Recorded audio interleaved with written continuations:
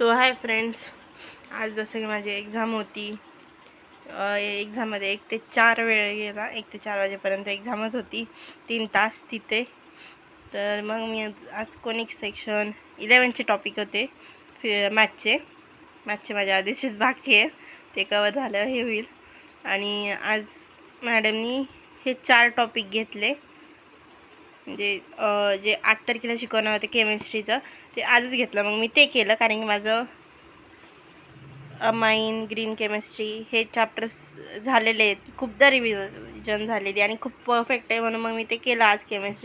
केमिस्ट्रीचं पूर्ण कंप्लीट आहे, पण मला अल्डिहाइड्स, कीटोन्स आणि कार्बनचं करायचं परत रिव्हिजन. ते मी 8 तारखेला करेल, कारण की रिॲक्शन्स खूप हार्ड आहेत त्याच्या लक्षात राहत नाही लवकर, ते करावं लागेल. आणि मी असं समजते की माझी 19 तारखेला एक्झाम आहे, बट मी असं समजते की माझी 12लाच एक्झाम आहे. फर्स्ट अटेम्प्टच आहे, म्हणजे फर्स्ट डे फर्स्ट शिफ्ट असं समजूनच मी अभ्यास करते. जर का मी ते समजून 19 तारखेला पेपर आहे असं तसं समजून जर का मी अभ्यास केला, तर मग थोडंसं जास्त असं मोटिवेट, थोडी ढिल्ली पडेल. म्हणजे इतकं मन लावून अभ्यास नाही करत आहे 19 दिवसापर्यंत वेळ.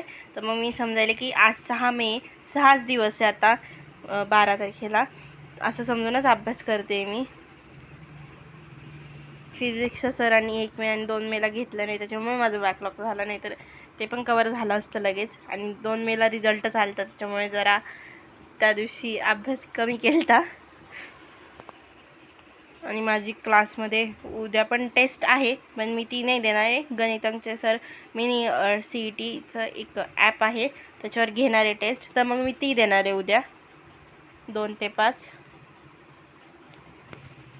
पण झालं हे सगळं माझं.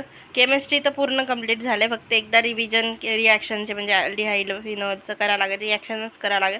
बाकी केमिस्ट्री पूर्ण कंप्लीट झाले. 11वी त्याचं पहिलेच झालेलं आहे, 12वी पण आता कंप्लीट झाली. फक्त हे 2 चॅप्टर राहिले, ते पण रिवाईज करायचे. म्हणजे सगळं झालं आहे, आता फक्त मॅथ आणि फिजिक्सच बाकी आहे. आणि हे मी यूट्यूबवर टाकते, रेग्युलर टाकते, म्हणूनच माझं कंप्लीट होते. Thank you for watching.